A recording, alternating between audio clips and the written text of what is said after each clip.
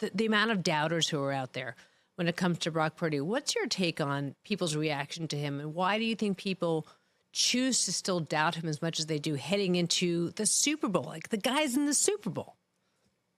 People doubt everybody. There's people who are convinced Lamar Jackson is not a good quarterback. I just think that's the nature of things right now. You turn on any social media platform, look at the comments section, and there's people who will trash anybody. Look, I think that the arguments that he is the product of a great offensive system, great play calling, great defense, great supporting cast, there's a lot of validity to that. But, even though the quarterback is the most important position, it's the ultimate team game, right? So, of course it helps to have those things in place. If you put other quarterbacks with the Niners, would they succeed? Who knows? That's a barstool argument. I mean, we don't know. But here's the thing. I don't believe that the only barometer to judge a quarterback is wins and losses. I think that's really simple. I understand. Well, he's a great quarterback because this is his playoff record. He's a great quarterback simply because his QB rating in the postseason is 111. That's somewhat skewed. You can pick that apart if you want to. The bottom line is he's played well enough for his team to win. He's done his job, what is asked of him, and that's really commendable. But, people tend to judge quarterbacks on raw talent, the eye-popping measurables. And he's not going to be in that department. Mahomes, Lamar Jackson, Josh Allen, et cetera. Yeah, I mean, he just isn't the same quarterback. He's more of a traditional But he's really smart and he's really accurate. I mean, he has a lot of things that are really important in playing the position. Yeah, that's what Kurt Warner was saying as well. He says that he thinks that he's a quarterback who anticipates better than almost any quarterback out there, and that's why he has that accuracy in the touch, even though sometimes what he's being asked to do is just the degree of difficulty is so extreme that people say, oh, he didn't make the catch or he didn't make the throw. It wasn't accurate enough. But it's not an easy system in which to play. No, I don't think so either. That's why I mean he's got the mental capacity too. I think too. Look, I don't know if Amy has made this argument or not. I mean, when you have this kind of a season, it's just a fact. It's not slagging him, but luck plays a role in that.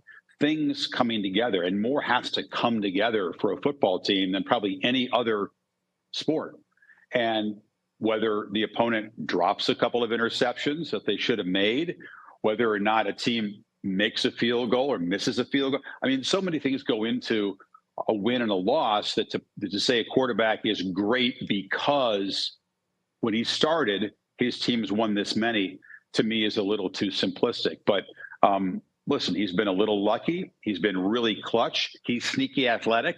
As you know, he scrambles strategically. He's not going to be one of the great scrambling quarterbacks like the other three guys I've talked about, but he can get you 8 yards and a first down when you need it. And he's done that in the playoffs at big moments. And he's been smart and tactical and fearless when necessary when doing that. So I give him a lot of credit. I mean, let's see how he does in the biggest stage in American sports. And then it'll be a conversation, whatever happens after that, I'm sure. How much of the negative chatter is just because of where he was drafted?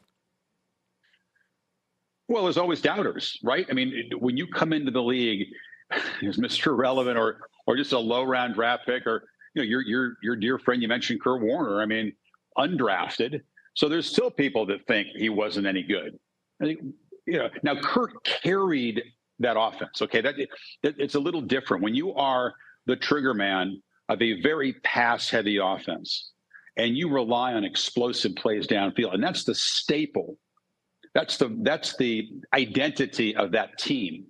That's a little different than Brock's situation or a lot of other quarterbacks who are an important piece of a very talented puzzle. So, but yeah, I think, look, I mean, it's not just football. If you're an NBA guy who wasn't highly drafted, there's always going to be people, or a college football player who wasn't highly recruited.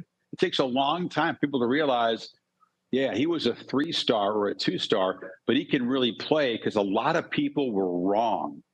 And I think that it's easier to believe that this guy sucks because he wasn't a high draft pick than it is to realize, even though it's often the truth, that a lot of people were just dead wrong about him and misjudged him, underestimated him. Check out new episodes of What the Football with Suzy Shuster and Amy Trask every Tuesday. Watch us on the Rich Eisen Show YouTube page or follow and listen wherever you get your podcasts.